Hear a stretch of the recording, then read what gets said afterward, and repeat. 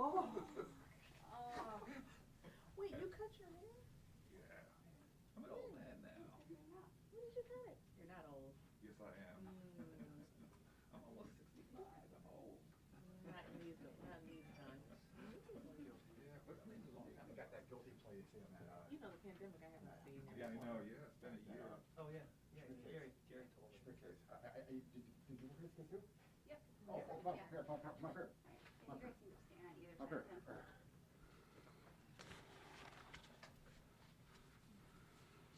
here. Okay. All right. So, everyone good? Got to wait.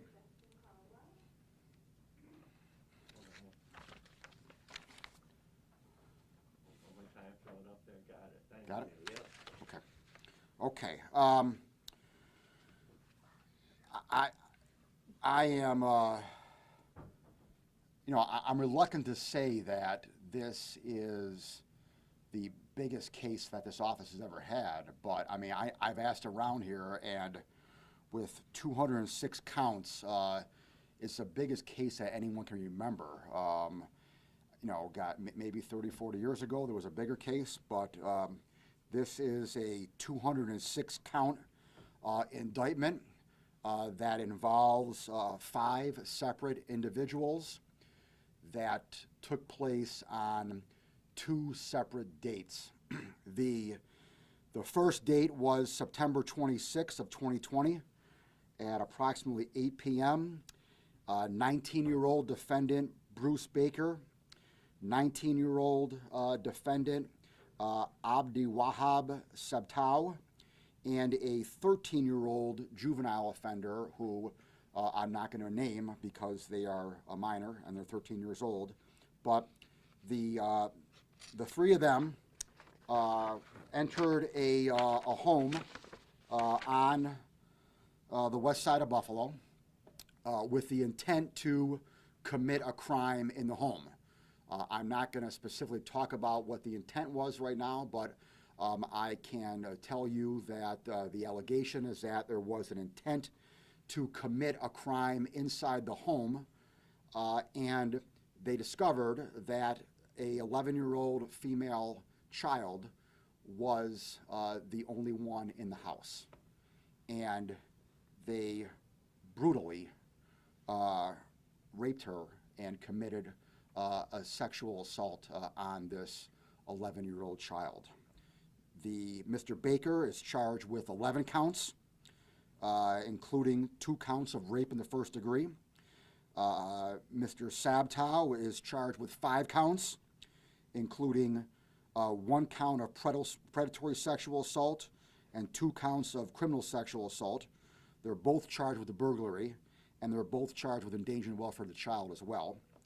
And then the 13-year-old juvenile offender is charged with 3 counts of a criminal sexual act, along with the burglary and the endangering the welfare of the child.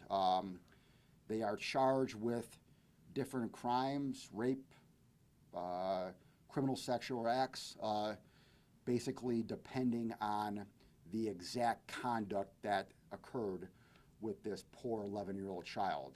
Again, I'm not going to, this is extremely graphic, and I am not going to publicly state exactly what occurred to this child, but from a legal standpoint, that is the distinction in the charges: the rape, predatory sex act, and the criminal sex act, just depending on the conduct that occurred, again, to this poor child. A couple months later, on November 20th of 2020, Mr. Sebtow and the same 13-year-old juvenile offender, along with a different 14-year-old juvenile offender, were driving around, and they saw a 16-year-old female who they knew, and they got her, I'm not going to exactly say how at this time, but they got her into the vehicle they were driving, and they allegedly drove her to Potomac Park instead of the intended destination that she wanted to go to. and at Potomac Park, the three of them forcibly raped her in the park.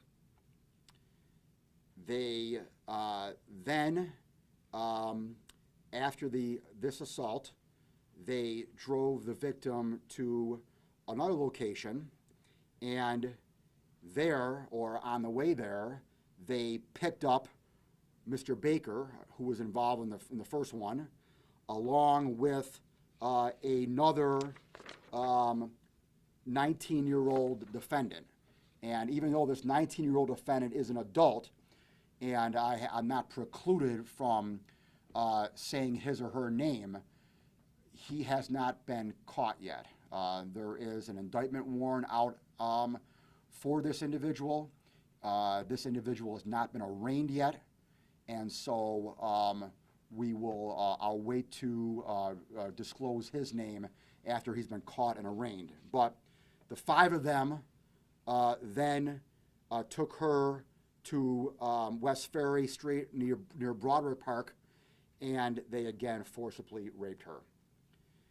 After that, they kidnapped her, drove her to a third location on Dart Street, a home there, and they again forcibly raped her as well. They then allegedly held her against her will in a garage for several hours before she was able to escape. I'm not going to get into specifics as to how they forced her against her will in the garage. That piece of evidence I'm going to save for trial, but let's just say that they kept her in the garage, and she was able to get away. And fortunately, a good Samaritan saw her walking without any shoes on, and they were able to help her out and get her to the hospital. So for that atrocious act, Mr. Sabtow is charged with 40 separate counts to include kidnapping and sexual assaults of various nature. Mr. Baker is charged with 37 separate counts. Again, kidnapping, predatory sexual assault, and rape. The 13-year-old juvenile, again, the same kid as the first incident, is facing 41 counts to include kidnapping, predatory sexual assault, and rape. The 14-year-old juvenile offender has 33 counts against him to include rape, kidnapping, sexual assault. And the 19-year-old defendant, he has been indicted, but not yet arraigned, on kidnapping, rape, and criminal sexual assault, 33 counts as well. So the adults here, the 19-year-olds and above, they face 25 to life in prison max. And the 13 and 14-year-old, due to the juvenile statute rules, could only get a max of 15 years. But again, that's complicated. It all depends on whether or not they have any priors. It all depends on a number of other factors here. So it's very complicated to actually pinpoint how much they're going to get. But I can generally say the max that the 13 or 14-year-old could get would be 15 years. Now, the only reason why I can even have jurisdiction over a 13-year-old is because there was a sexually motivated crime that occurred. Normally, the only crime that I can charge that I have jurisdiction over a 13-year-old is murder. Absent murder, unless it's a sexually motivated crime, I do not have jurisdiction over any 13-year-old. But in this case, I do. The 14-year-old has a few more crimes beside murder and sexually motivated crimes that I can have jurisdiction over a 14-year-old. Kidnapping is one of them, so I have that as well. But the 13 or 14-year-old are going to be treated as adults here in my adult court. And the only way that this is going to get moved to family court for the 13 to 14-year-old is if the defense lawyer makes a motion and the judge grants the motion, which obviously if the defense lawyer makes that motion, I will defend vigorously. I may even go down there personally myself and defend that motion if the defense lawyer makes that motion, because there is nothing more than I want to see than justice done to this 11-year-old girl and this 16-year-old girl. And I don't care how old this 13 or 14-year-old is, this 13 or 14-year-old need to spend as much time in jail as possible. And the adults here, and I say adults loosely because, again, they're 19 years old. They're all 19 years old. They deserve to spend the rest of their life in jail, obviously. And so I am obviously sensitive to the age of these defendants and how young they are. And I am, as I think you all know, and the viewers know, a reasonable person who believes in the fact that children do not have their brains developed as adults do. I am an expert in that with 5 children myself. I understand that, I know that, and I do not treat all children as adults. And I am willing to give children and teenagers a second chance. This is not a case, though, where anyone deserves a second chance, because that 11-year-old child and that 16-year-old child who were allegedly raped and brutalized and kidnapped, they didn't get a second chance to escape. The girl, 16-year-old, finally escaped, but there was no, they didn't have any chance at all. They didn't have any chance at all to avoid what happened to them here, and so therefore I am going to put aside my overall feelings here on compassion for teenagers and young children, and I am going to treat this 13 or 14-year-old and these 19-year-olds as the heinous criminals that they are. Question? Would you say who would have jurisdiction over a 13-year-old? Family court. Family court in the county attorney's office. I don't handle any matters in family court. The attorneys at the Erie County Attorney's Office over in the Rath Building, they handle all family court criminal matters for 17 and below. And so each age has different rules. 16 and 17-year-olds are in one category, as whether or not I can keep them. 15-year-olds are in a separate category. 14-year-olds are in a separate category. 13-year-olds are in a separate category. So they each have different categories. And I use the word category as to, different crimes that they commit that allows me to assert my jurisdiction.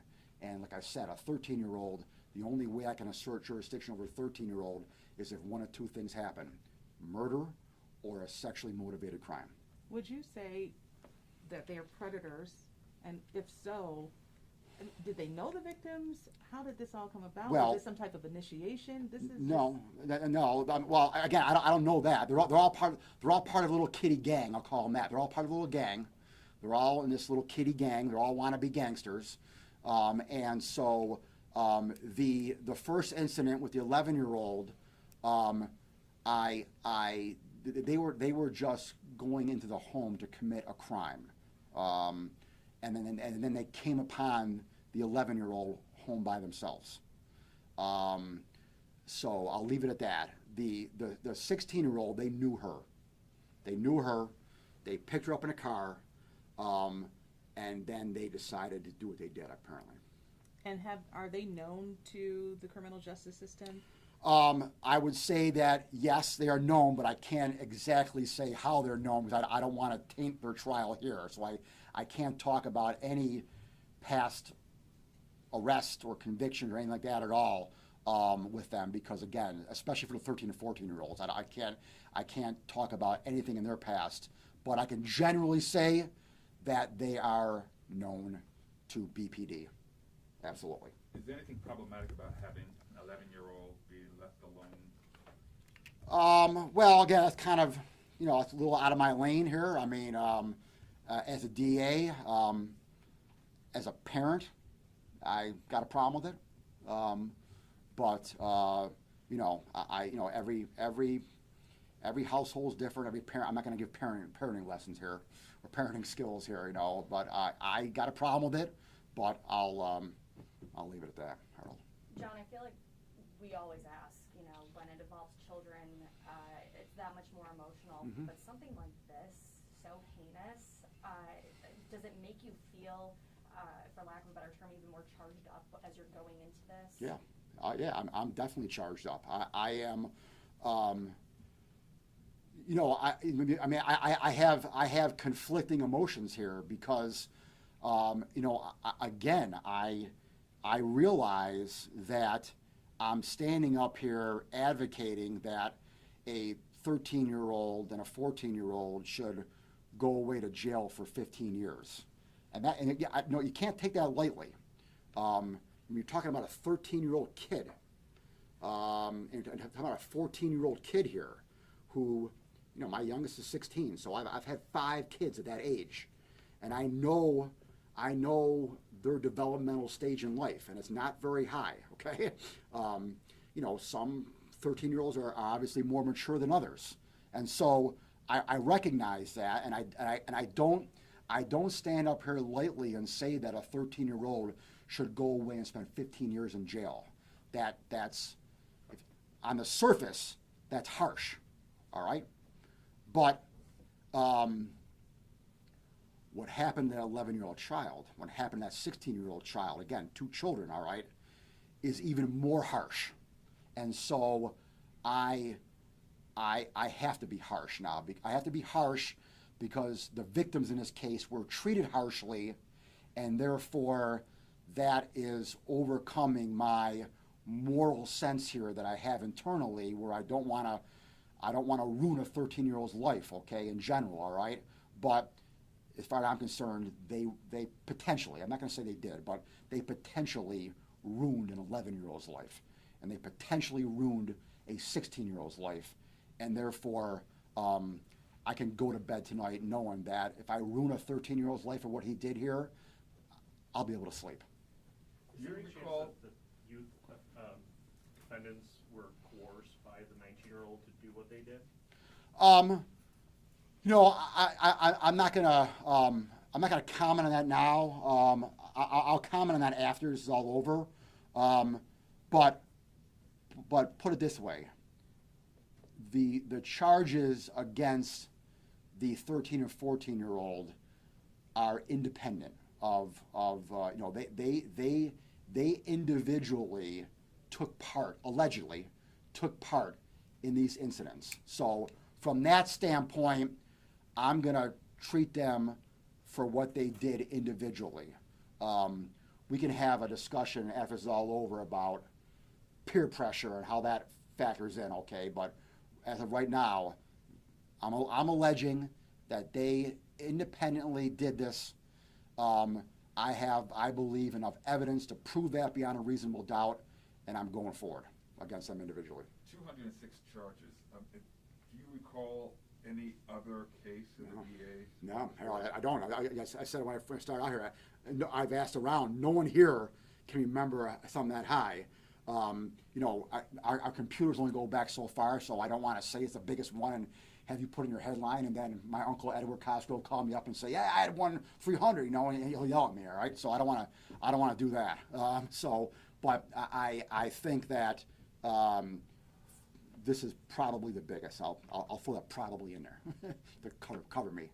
You mentioned that these kids were part of a kid gang. Yeah. And that there's still one arrest that needs to be made. So is there any sort of threat for other teenagers out there? Should anyone be concerned right now? Well, yeah. I mean, it's here.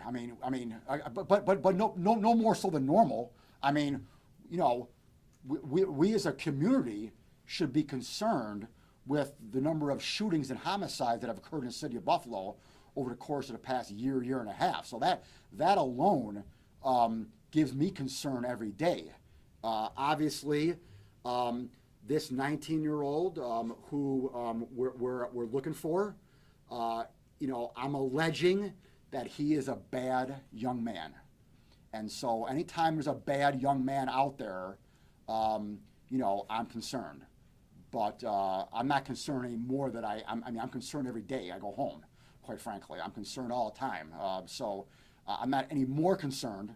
But yeah, to answer your question, absolutely I'm concerned. Do you still believe the 19-year-old is in Western New York right now, or do you believe that they fled the area? I don't know. Why won't you give his name or release? I just want to wait till he gets arraigned first, just to be fair to him. But is he on the run? Well, they haven't got him, so I don't know if he's on the run. BP just might not have found him yet. Okay. He could be hiding out in a house, Right, but he's if not on he's the a run. danger to people, should they not know who he is, or if they see him, say something? That's a good So question. that this doesn't happen to somebody else? That's a good question. Let me think about that. Think about it. Yeah, I'm Let gonna us think about know. that. That's a good question. Yeah. I normally don't give the name out before the arraignment as a standard practice. But if this is But- so but- egregious and. It's definitely egregious. Yeah. He's definitely egregious. No doubt about that. I will, I'll mull that over, Claudine, absolutely. Anything else? Okay, all right, thank you. Oh, I'm sorry. Let me just commend Kelly Romer here, my assistant district attorney, and Pat Swanson here, former DA of Chautauqua County, who I recently hired, who worked on this case here, along with the members of the Buffalo Police Department here, Detectives John Caruso and Jeff Baines of the Special Victims Unit, along with the sexual assault nurse examiners at Oshai Children's Hospital, who took care of this 16-year-old girl, and from my office as well, my criminal investigator, Mike Negrelli, also assisted BPD in this matter. And again, I want to thank all of them for what they did in bringing this 206-count indictment to fruition. So thank you, guys. Really quick, did Yeah. you say when they will appear in court? Oh, yeah, their next court appearance is, No. no date yet, no date yet. Yeah, it's got to be assigned a judge first. Okay. Yep, once Thank you. it's assigned a judge, I'll get a new date. Yep, Thank you. okay. All right, thanks. Thank you. Yep.